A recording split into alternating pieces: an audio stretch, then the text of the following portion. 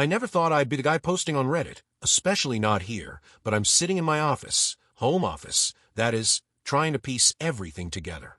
I don't know whether to scream, cry, or just pack my bags and disappear.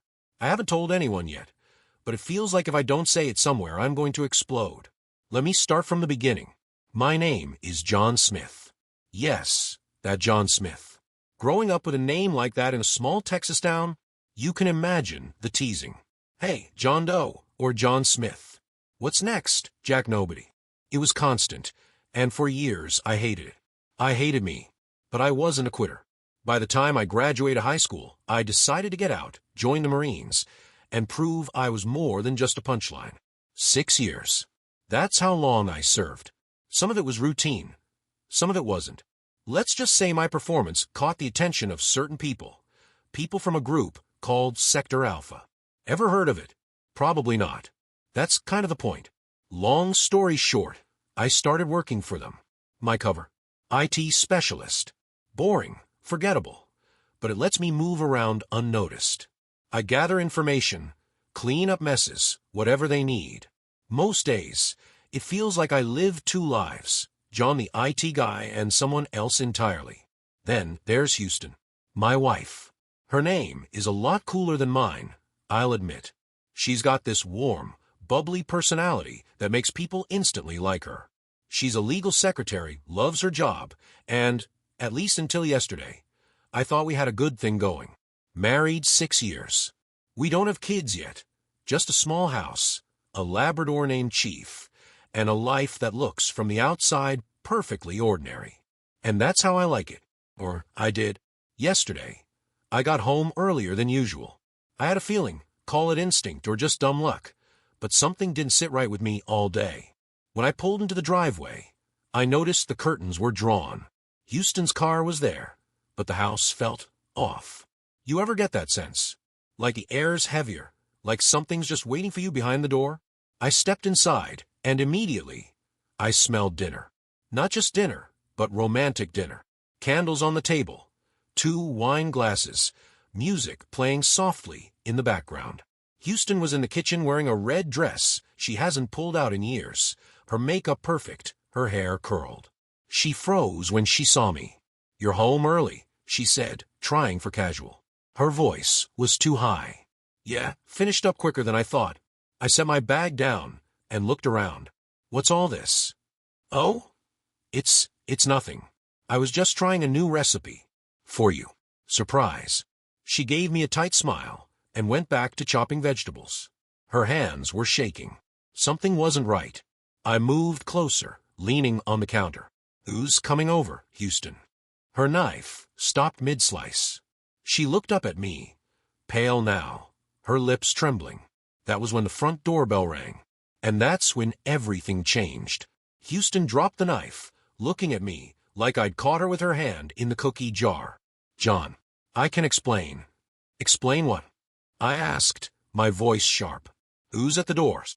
She didn't answer. I walked past her to the door and opened it. Greg Wilson, her boss. Tall, slick, smug smile plastered on his face, like he owned the place. He held a bottle of wine and a bouquet of flowers. "Well, this is awkward," he said with a grin. "Mind if I come in?" I didn't say anything. I just stepped aside, letting him walk in. Houston followed, wringing her hands, her eyes darting between us. Greg set the wine down on the table and turned to face me. "Let's not dance around this, John. Houston told me everything. I repeated, cold and calm, though my blood was boiling. He nodded, completely unfazed by the tension in the room. I made Houston an offer. A promotion. A big one. Executive level. Great pay. Great benefits. I turned to look at my wife. "What's the catch?" Greg smirked. "The catch? Well, she'll need to provide a little extra support for me and some of my colleagues. Think of it as being a team player." I blinked. I couldn't believe what I was hearing. I looked back at Houston. She was crying silently now, mascara running down her cheeks. "You've got to be kidding me. It's not what you think," she blurted out. "Greg said. He said this is what most men want, that it's normal." That it would make you happy. Stop. My voice came out low and firm. Happy. Greg, still smiling like this was some kind of joke, stepped closer. John, come on. I know men like you. Strong. Stoic. Tired of the same old routine. You can't tell me you haven't fantasized about it. Your wife, other men. Hell, half the guys I know live for this. I clenched my fists, forcing myself to stay calm. This wasn't the time to lose control. I glanced at Houston, who was now full-on sobbing, her hands covering her face. Let me guess, I said quietly, staring Greg down. You're here to test the waters. See if I'm on board. He didn't deny it. Well, you've got to admit, she looks incredible tonight. I stepped closer, so close I could smell his cologne. Here's what's going to happen, Greg. You're going to leave. Now. And you're never going to come near my wife again. Greg's grin faltered for the first time. Whoa, hold on. You don't want to blow this out of proportion. Out, I snapped, my voice leaving no room for argument. He looked at Houston, then back at me, clearly weighing his options. Finally, he shrugged, grabbed the bottle of wine, and headed for the door. You're lost, man, he muttered as he left. When the door shut, I turned to Houston. She was still crying, her shoulders shaking. You were going to let him come here. For that, I said quietly. I didn't know what to do, she sobbed. I thought, John, I'm so sorry. He made it sound like it was normal, and I didn't want to lose my job. He promised me so much, and I held up a hand, stopping her. I don't want to hear it right now. Go upstairs. Get out of that dress. We'll talk about this later. She hesitated, then nodded, and rushed upstairs. I stood there, staring at the candlelit table, my heart pounding. My wife, my sweet, trusting Houston, had nearly sold herself to her boss, and the guy had the nerve to show up at my house to make it happen. Greg Wilson didn't realize who he was messing with. I sat there, staring at the half-prepared dinner like it was mocking me. The wine bottle Greg brought sat untouched, its expensive label glinting under the kitchen light. Everything in that room, the candles, the table settings, the dress Houston wore, felt like it didn't belong. Not in my house, not in my marriage. My mind raced, but outwardly, I stayed still. That's how I was trained. Never let the enemy see you rattled. And make no mistake, Greg Wilson just declared himself the enemy. Upstairs, I could hear Houston shuffling around in the bedroom, probably still crying. Part of me wanted to go up there, demand answers, yell, "How could you even entertain this?" But I didn't. I already knew what she'd say. She was scared of losing her job, that Greg pressured her, that it was all a big misunderstanding. But misunderstandings don't set the table for two and put on a red dress. I took a deep breath, my hands flat on the counter. I had to think this through. Divorce. Sure, it'd be the easy option. She made her choice. But divorce wasn't simple for me. Not with who I was and who I worked for. Too many questions could surface. I couldn't risk blowing my cover over something like this. Besides, I wasn't ready to let Greg win. This isn't over, I thought. I grabbed the wine bottle and carried it to the trash can. Without hesitation, I slammed it in, glass shattering, the sound loud and satisfying.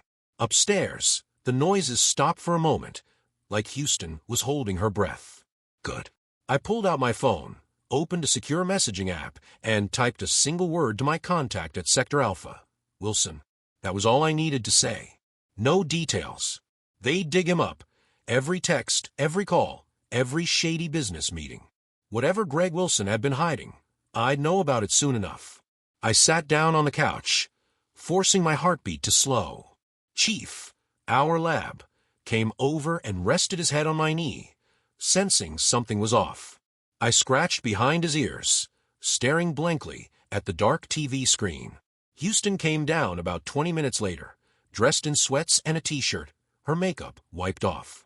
She looked smaller now, fragile, like she'd just come out of surgery. John. Her voice was soft, tentative. I didn't look at her. Sit down. She hesitated, then sat across from me. Her eyes were red and puffy, and she kept wringing her hands in her lap. I don't even know where to start. Why don't you start with the truth? I said calmly. Her lip trembled. Greg promised me a promotion. I didn't think he was serious at first about what he wanted in return. Then he started bringing it up more. He said it wasn't cheating, that it was normal, and I got scared, John. I didn't know how to say no. And tonight, my voice didn't rise. It didn't have to. She looked down. He said he'd come over to talk about it. I didn't know how to stop it. I thought maybe if I played along, I could figure a way out. I leaned forward, my elbows on my knees. Houston, you're telling me you invited your boss over for a romantic dinner, wearing that dress to talk? Her silence answered for her. I nodded slowly, letting the weight of the situation settle. Here's what's going to happen. First, you're quitting that job. You call Greg first thing in the morning and tell him you're done. She looked up sharply, panic flashing across her face. John, we need that money. We'll be fine. My tone left no room for argument. And what about us? She whispered. Are you leaving me? I stared at her for a long time, my expression unreadable. Finally, I said, that depends. On what? On how honest you are with me moving forward. She started crying again, but I didn't comfort her this time. I just sat there, stone-faced, while the woman I thought I knew fell apart in front of me. I was already planning my next move the next morning. I woke up early. Houston was still in bed, curled up on her side, looking as small as she'd felt the night before. I grabbed my phone and walked into the kitchen, pouring myself a coffee. I checked the secure app. No updates from Sector Alpha yet. Greg Wilson's dirty laundry would come to light soon enough, but I couldn't just wait around. I needed to know Houston had done what I told her. Around 8 a.m., she finally came downstairs, looking exhausted. Did you call him? I asked without looking up from my mug. She hesitated, then nodded. I left him a voicemail. I quit. I told him not to call me back. That's it. I asked, raising an eyebrow.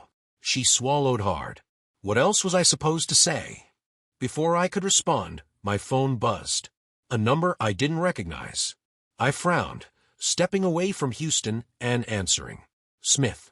A slick, too familiar voice came through the line. John. Thought we could finish our chat from last night. Greg Wilson. My grip tightened around the phone. You're calling me? Bold move. Look, no need to get all worked up, he said casually. I wanted to clear the air. Houston and there's no need for things to get messy. I stepped onto the back porch, keeping my voice even. Messy. Come on, John, he said, his tone oozing arrogance. She's scared of losing everything. You can't blame her for looking for options. I closed my eyes, breathing slowly through my nose. What are you trying to say, Greg? You're a reasonable guy, he replied. I'm offering you a deal. Let Houston keep her job, let her take the promotion, and we can call this whole thing a misunderstanding. Hell, you might even enjoy it. It took everything in me not to snap. My hand tightened around the phone, so hard I thought it might crack. Greg, I said quietly, you have no idea who you're dealing with. Is that a threat, John? A small, cold smile tugged at my lips. You'll know when it's a threat. I hung up without another word. Greg Wilson just made his last mistake. I paced the porch after that call, my coffee long forgotten. Greg Wilson had officially made this personal. The arrogance, the audacity. He thought he could negotiate with me like I was just some chump who'd back down. I was done being calm. As I stepped back inside, Houston was at the table, holding her coffee like it was the only thing keeping her steady. She looked up when I walked in, her eyes darting nervously. Who was that? Your boss, I said, my voice flat. Her face paled.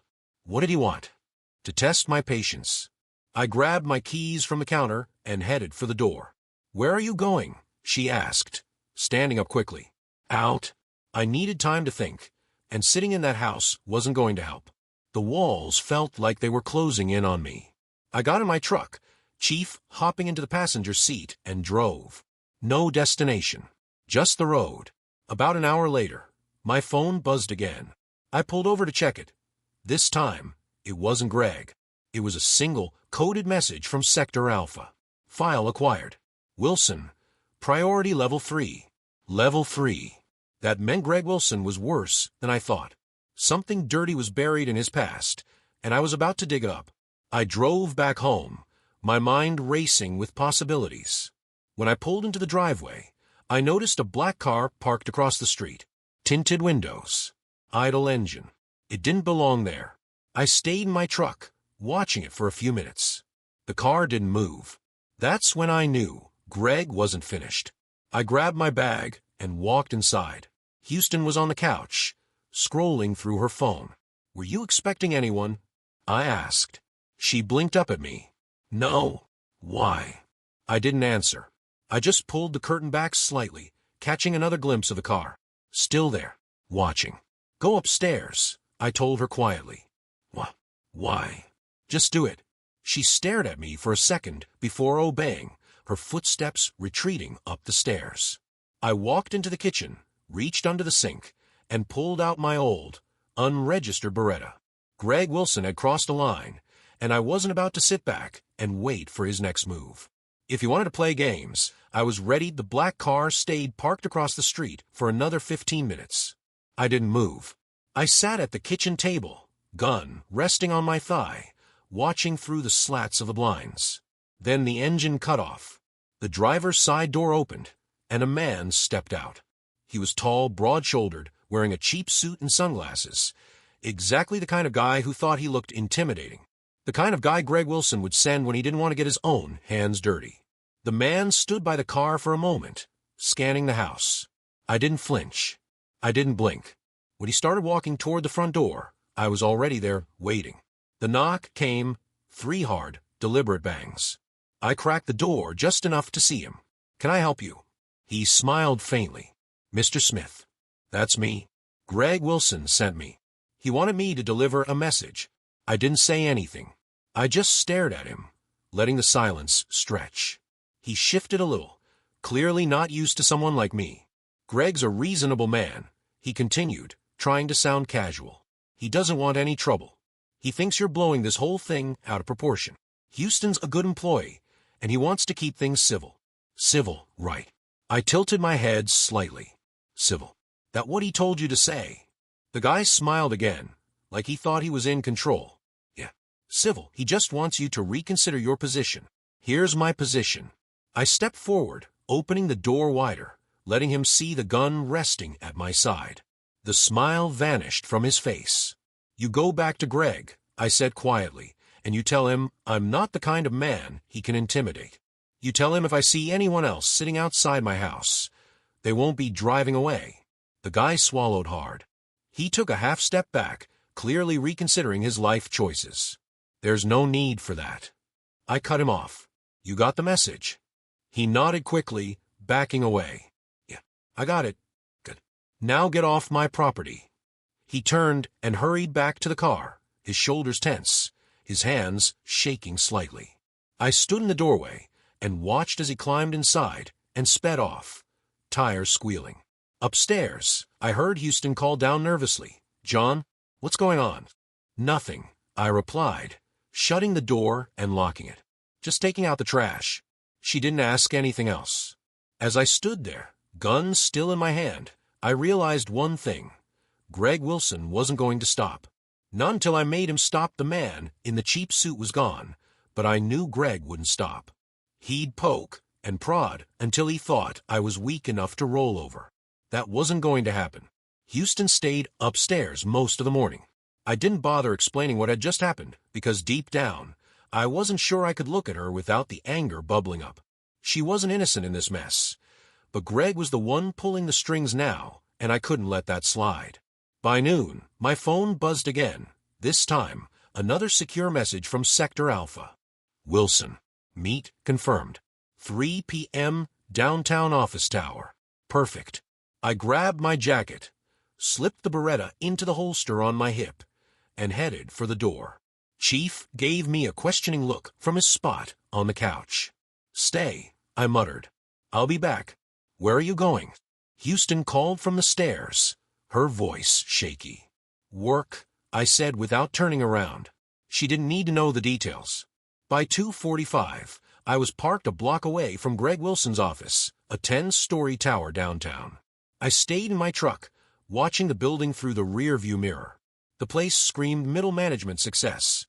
Just enough gloss to make Greg feel important, but not enough to hide the cracks. At 2:55, I got out of the truck.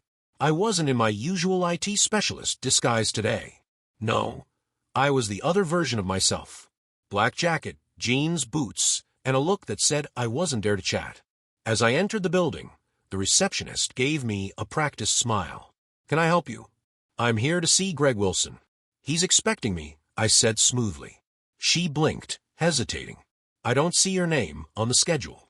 I leaned forward just a little. "Tell him John Smith's here. Trust me, he'll want to see me." The receptionist's eyes darted to my face, then to the phone. She picked it up reluctantly, murmuring something into the receiver. A minute later, she hung up, clearly flustered. "Mr. Wilson will see you now. Conference room 7, down the hall." "Thank you." Greg was sitting at the far end of the glass-walled conference room, his jacket draped over a chair, tie slightly loosened. He looked up when I walked in and smirked, trying to play it cool. "John," he said, spreading his arms wide like I was an old friend. "I wasn't expecting you to show up here." I shut the door behind me and didn't sit down. "You wanted to talk, Greg. So let's talk." He leaned back in his chair, still grinning like this was all one big game. "Look, I don't know what you think's going on here, but you're making a big deal out of nothing." "Nothing," I repeated, my voice low. "You tried to drag my wife into something disgusting. Then you sent one of your boys to my house. That's something, Greg." He laughed under his breath, shaking his head. "You're overreacting. I was just offering Houston an opportunity, one you might have enjoyed too, if you'd been open-minded." My jaw clenched. "You're going to leave Houston alone. No more calls, no more offers, no more visits. And if you send anyone else near my house, you won't like what happens next." His smile faltered for just a second before he covered it with a chuckle. "Are you threatening me, John?" "No," I said evenly. "I'm warning you." Greg stood up then, straightening his tie, trying to look tough. "You don't scare me. I know guys like you. You puff up your chest and act tough. But in the end, you're nothing." I stepped closer, closing the distance between us. "Guys like me," I said quietly. "You don't know a thing about me, Greg. But let me tell you something. You mess with me, or my wife, again, you'll find out exactly what I'm capable of." He swallowed hard, his fake confidence starting to crack. "You think you can intimidate me?" "I don't think," I replied, holding his gaze. "I know." For a moment, neither of us moved. The only sound was the hum of the fluorescent lights overhead. Greg blinked first. "You're crazy," he muttered, taking a step back. "Maybe." I turned and walked toward the door, stopping just as I opened it. "But crazy is exactly what you don't want to mess with." I left him standing there, pale and speechless. He didn't know it yet, but Greg Wilson's days of playing games were over. I thought Greg would back off. Maybe it was foolish optimism, but after that face-to-face, he looked rattled. I'd seen that look before, men realizing they just pushed someone too far. But Greg wasn't smart enough to stay scared. That night, Houston and I barely spoke. She stayed quiet, hovering around the edges of the room like a ghost. I didn't push her. My head was elsewhere, still replaying my conversation with Greg. At midnight, a sound snapped me awake. Chief barked once, a low warning bark, and I was out of bed before the echo faded. Glass breaking. Back window. I grabbed the Beretta from the nightstand, silent and focused. Houston called softly from the bed. "John?" "What was that?" "Stay here," I whispered. I crept through the hallway, gun low at my side, my heart pounding slow and steady. I'd been in situations like this before, where shadows hid threats and every corner felt like an ambush. I moved to the kitchen. The back window was shattered, glass glinting on the tile. A dark figure stood just inside, halfway through climbing in. He froze when he saw me, eyes wide. "Wrong house, pal." I didn't say a word. I just raised the gun and aimed. "Step back out. Now." The man, Another cheap suit lackey, no doubt, held up his hands, trembling. I'm just here to send a message. Message received, I said coldly. Now go tell Greg Wilson he crossed the line. The guy hesitated, his eyes darting to my hand on the trigger. Smart man. He scrambled back out the window and disappeared into the night. I stayed there for a moment, breathing in the silence, gun still steady. From behind me, Houston's voice quivered. John, what's happening? I turned, my expression hard. Greg made this personal. She didn't respond. She didn't need to. Greg thought he could scare me. He thought I'd back down. He was wrong that I spent the rest of the night on the couch, the Beretta close by. Chief sat at my feet, ears perked, every noise outside making him growl low in his throat. Houston didn't come downstairs. Maybe she knew better. By morning, I had a plan. Greg wanted to send messages. Fine. I'd send one of my own. I picked up my phone and made a secure call to a contact at Sector Alpha, someone who owed me a favor. I need everything on Greg Wilson, today. Financials, records, anything dirty. You need leverage, my contact asked. No, I said calmly. I need proof. By mid-morning, I had a folder sitting in my inbox. I opened it and smiled for the first time in 24 hours. Turns out Greg had skeletons, big ones, offshore accounts, shady deals with contractors, and worse, evidence of harassment complaints from other women at his office. All swept under the rug, of course, because Greg thought his money could buy silence. Not anymore. I printed out the juiciest pieces, emails, statements, a full picture of Greg's dirt, and slipped them into an unmarked envelope. After a quick shower, I threw on my jacket, holstered the Beretta, and grabbed the keys. Houston appeared at the bottom of the stairs, her face pale. Where are you going? To fix this. She swallowed, her voice small. John, what are you going to do? I paused at the door, looking back at her. Something I should have done yesterday. At noon, I parked outside Greg's office tower again. This time, I didn't go inside. I didn't need to. Instead, I pulled out my phone and sent him a text. Check your front desk. A minute later, through the windshield, I watched Greg walk into the lobby. The receptionist handed him the envelope, and I saw his face drop. Even from across the street, I could see the panic in his movements. Fumbling to open it, scanning the papers, his eyes darting everywhere. Then his phone buzzed. Mine. I answered before it finished ringing. What the hell is this? Greg hissed, his voice shaking. Proof, I replied calmly. Proof that you're done. Proof that if you so much as breathe near my wife again, these documents will go public. Your career, your money, your reputation, it'll all go up in smoke. You can't do this. I already have, I said, cutting him off. Your move, Greg. But if you're smart, you'll stay down. I hung up and watched as he staggered back, gripping the envelope like it burned his hands. Game over. Or so I thought Greg would fold after that. Any sane man would. But Greg wasn't sane. He was desperate. That evening, Houston and I sat in silence, eating dinner like strangers. She hadn't asked what I'd done, and I hadn't told her. Some things are better left unsaid. Then my phone buzzed. A message. Unknown number. You think you've won, John. You'll regret this. Watch your back. I stared at the screen, my grip tightening. Greg was still playing. Houston noticed. John, what is it? Nothing, I muttered, sliding the phone into my pocket. Just work. But inside, I knew Greg had crossed a line. A man like him didn't threaten without a plan. And now, he was coming for me. The house was dark when it happened. It was past midnight, and the quiet felt unnatural, like the world was holding its breath. I sat in the living room, Beretta on my lap, Chief curled up but restless. Houston had finally fallen asleep upstairs after hours of pacing. Then I heard it, the back door creaking open. Chief's head shot up, growling low. I stood silently, my pulse steady as I moved toward the noise, gun raised. Shadows shifted in the kitchen, footsteps light but deliberate. Someone was inside. I stepped around the corner And there he was, a figure in a ski mask, flashlight sweeping across the counters. He hadn't seen me yet. "Put it down," I said quietly, the barrel of my Beretta aimed at his chest.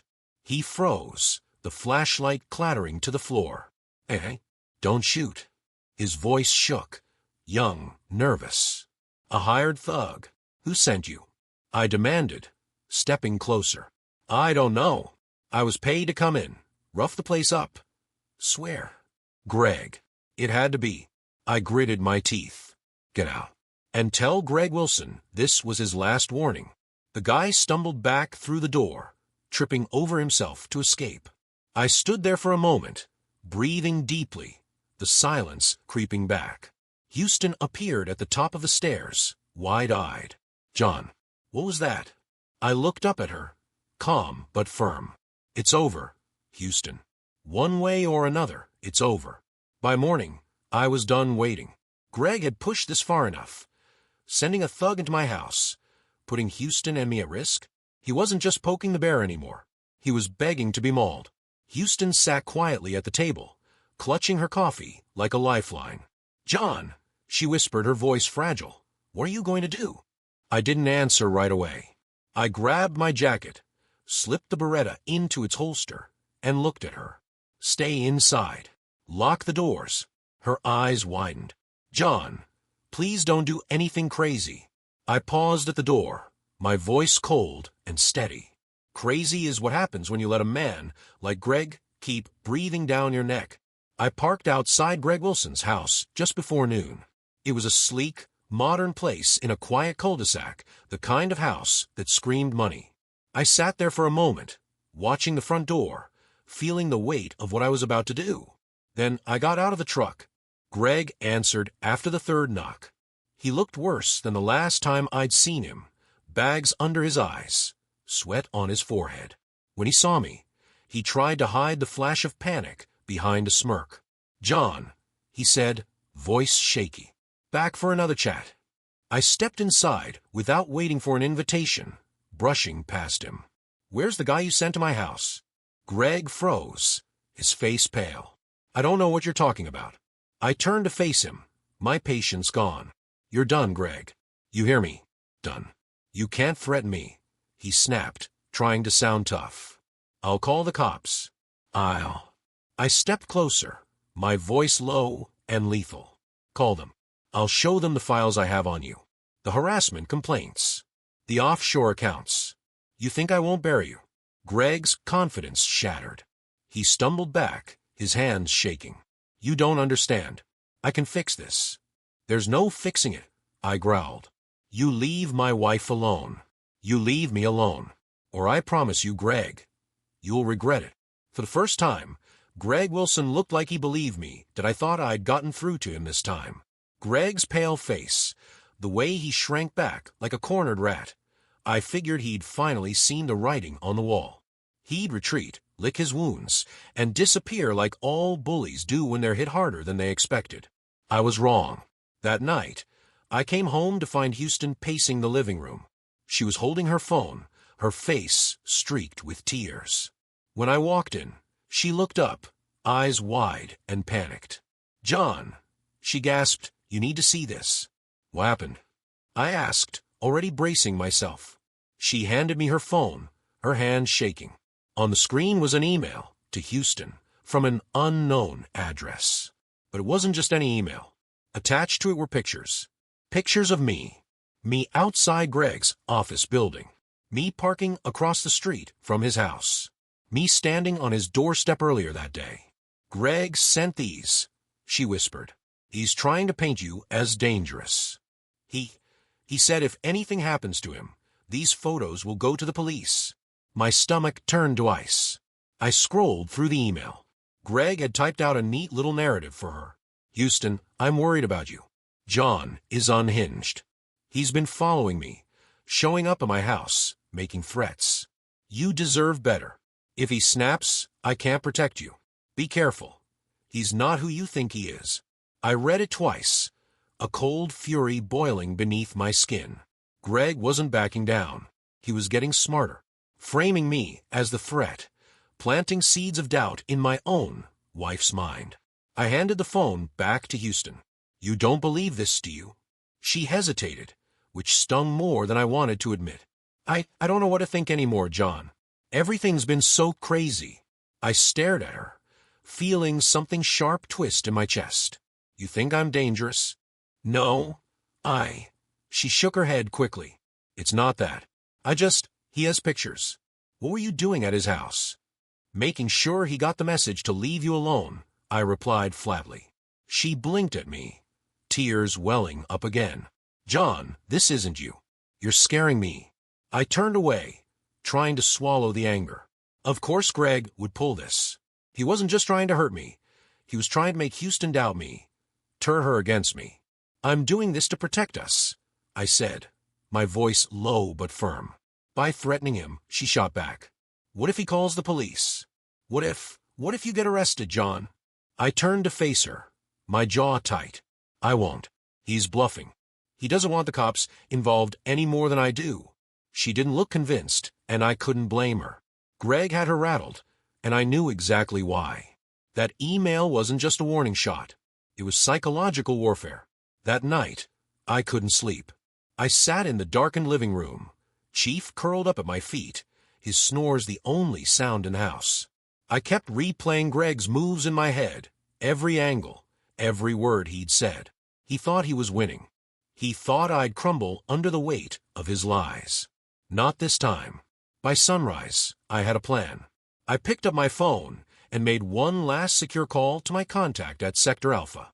"I need a final favor." "What's the target?" my contact asked. "Greg Wilson. Take him down, legally." It didn't take long. When you know the right people, you can destroy a man without ever laying a hand on him. By mid-afternoon, Greg's world began to unravel. First, his accounts were frozen. Those offshore transactions he thought were buried. Sector Alpha flagged them, routing everything straight to the IRS and Greg's bank. Then came the emails, anonymous tips sent to the board members of his company. Detailed allegations of harassment. Receipts. Witnesses. By the end of the day, Greg's name was plastered all over local news sites, local executive under investigation for misconduct and financial fraud. I was parked in my truck, a block from his office, when I saw Greg stumble outside. His tie was gone, his face red with panic, his phone pressed to his ear. He barked something at the security guard, who tried to stop him, then stormed toward his car.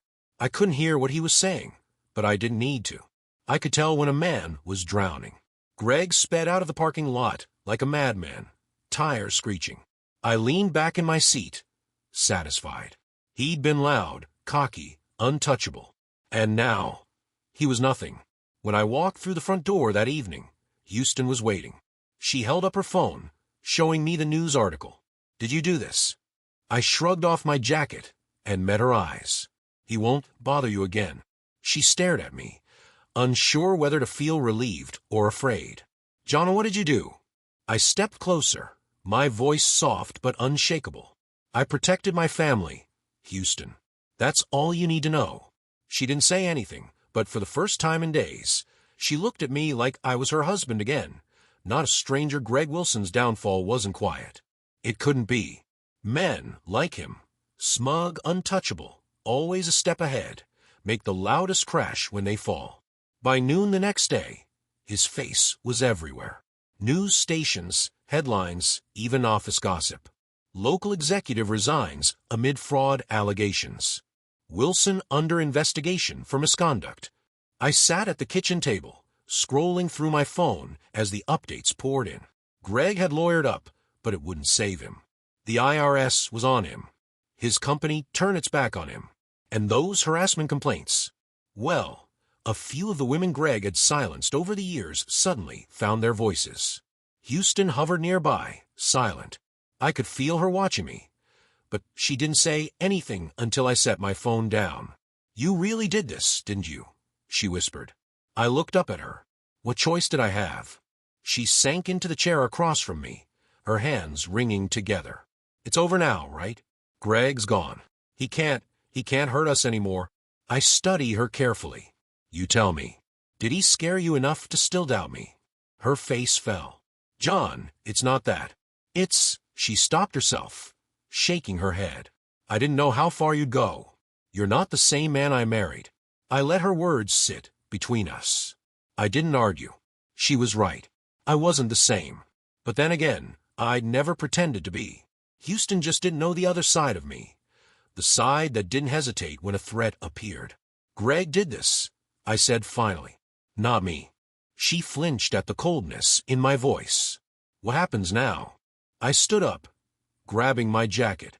Now I make sure he stays gone. Greg wasn't at his office anymore, so I knew where to find him. At his house, hiding behind drawn blinds and lawyers. I parked down the street, far enough not to be obvious. The quiet cul-de-sac felt abandoned, like it was holding its breath. Greg's car was in the driveway, but something was off. A second car was parked out front, a sleek black sedan I didn't recognize. For a moment, I just sat there, watching. Then the front door opened. Greg stepped out, looking like he hadn't slept. He was talking to a man in a suit, someone I didn't know. They exchanged a few words before Greg got into his car and sped off. I didn't follow. I didn't need to. I leaned back in the seat, my fingers drumming on the steering wheel.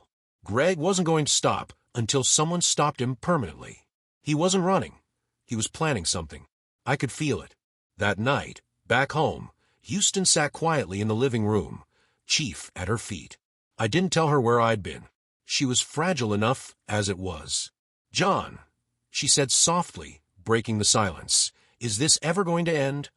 I looked at her, really looked at her, for the first time in days. She was tired. She was scared. And I'd put that look on her face, as much as Greg had.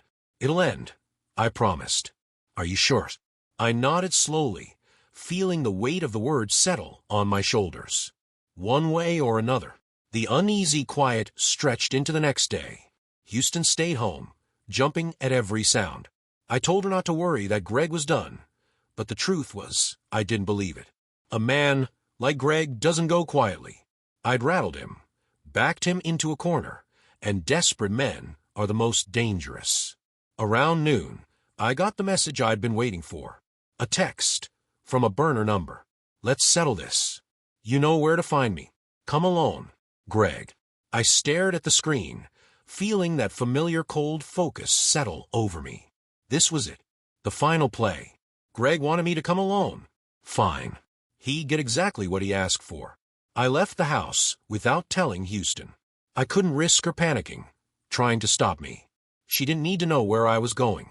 The address Greg sent led me to a construction site on the edge of town, half-finished buildings and equipment scattered around like skeletons. It was quiet, too quiet. I parked and stepped out of the truck, the Beretta snug against my side. The wind whistled through the empty site as I walked between towering concrete walls. My footsteps echoed. Greg. I called, my voice sharp, cutting through the silence. I'm here. Let's talk. No answer. I kept walking, my eyes sweeping every shadow, every corner. This was a trap. I knew it. He knew it. The question was, what kind of trap? Then I heard it, boots scraping on gravel, behind me. I turned, Beretta raised, but it wasn't Greg. It was the guy from the other night, the thug who'd broken into my house. He stood 10 feet away, holding a crowbar, his hands shaking. You again, I said coldly. I don't want to do this, he stammered, his voice unsteady. Then walk away. He swallowed hard, his eyes darting to the side. That's when I knew there was more. A second figure stepped out of the shadows, Greg Wilson himself. He looked worse for wear, his shirt wrinkled, his face pale and slick with sweat, but the smugness had returned. John, Greg said, his voice thin. I knew you'd come. You really want to do this? I asked, my gun still steady. Greg smirked, though I could see the twitch in his eye. I don't have a choice, do I? You ruined my life, my job, my money. You took everything from me. No, Greg, I replied calmly. You did that to yourself. He laughed bitterly. Doesn't matter now, does it? You think you're untouchable, that you can just sweep me under the rugs? I stepped closer, my focus locked on him. You sent someone into my house. You threatened my family. That was your mistake. Greg's smirk faltered. I could see the fear creeping in. He'd expected me to flinch, to plead, but I wasn't built that way. I was calm, unshaken. Go home, Greg, I said, my voice low. Walk away while you still can. For a second, I thought he might. His eyes darted around, his mind scrambling for an exit. But then he shook his head, his voice breaking. No, you don't get to win. Not after what you've done. He lunged for something in his coat pocket, a gun. Wrong move. I fired once. The sound cracked through the empty site, echoing off the concrete walls. Greg stumbled back, dropping the pistol, clutching his arm. He fell to his knees, a guttural scream ripping through the air. I walked toward him, my gun still raised. You're done, Greg. He looked up at me, his face twisted with pain and fear.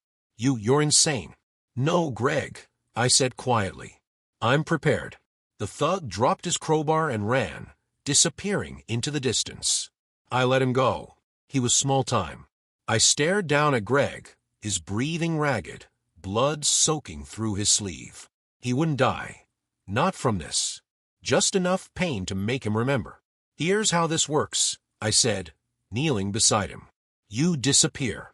You leave me, my wife, and my life alone. If you so much as whisper my name again, I'll bury you so deep they'll forget you ever existed. Do you understand me? Greg nodded frantically, tears streaming down his face. Okay, I'll stop. I'll leave you alone. I stood, staring down at him one last time. Then I walked away, leaving Greg Wilson bleeding in the dirt. When I got home, Houston was waiting in the kitchen, her face pale. Where were you? She asked softly. It's over, I replied. She stared at me, searching my face for answers. What does that mean, John? I stepped closer, placing a hand on her shoulder. It means we're safe now. Greg won't bother us again. She didn't ask any more questions. Maybe she knew I wouldn't answer. Or maybe she didn't want to hear the truth. For the first time in weeks, the house felt calm. Greg Wilson was gone. The days after Greg Wilson disappeared were quieter than I expected. No more strange cars parked on the street. No more thugs creeping around. No more emails or threats. Greg had finally learned his lesson. Houston didn't ask for details. I think she knew better. She tried to focus on rebuilding what we had. Cooking dinner, small conversations, tentative smiles. It was like she was trying to erase the mess that Greg had brought into our lives. But there was a distance between us. A wall that hadn't been there before. One night, a week after it all ended, we were sitting at the table. Chief was snoring in the corner, and the only sound was the clink of forks against plates. Houston finally spoke, her voice soft. John, are we okay? I looked up at her. She looked tired, worn down by everything that had happened. What do you mean? She hesitated, searching for the right words. You're different. Ever since Greg, ever since all this. I don't know who you are anymore. I put my fork down, meeting her gaze. I'm the same man I've always been. I just did what I had to do. She looked away, her voice barely above a whisper. That's what scares me. I didn't say anything. What could I say? Houston had seen the part of me I'd always kept hidden. The man trained to handle threats, to clean up messes. The man I'd sworn she'd never meet. After dinner, I sat on the back porch with Chief, a beer in hand. The night air was cool, the sky clear. I thought about Greg, how easily his life had fallen apart. Men like him always think they're untouchable until they run into someone like me. I knew he wouldn't be back. He'd spend the rest of his days looking over his shoulder, wondering if I was still watching. And maybe I would be. Houston joined me after a while, sitting quietly beside me. We didn't speak. She leaned against my shoulder, and for a moment, it felt like the calm we used to have. But I knew things would never go back to how they were. Greg Wilson hadn't just threatened my life. He'd exposed a part of me that couldn't be hidden again. Houston would try to move on, and so would I. But the cracks were there. Some things no matter how much you patch them up, can never be the same. The only thing left to do was keep moving forward. Because that's what I'd always done.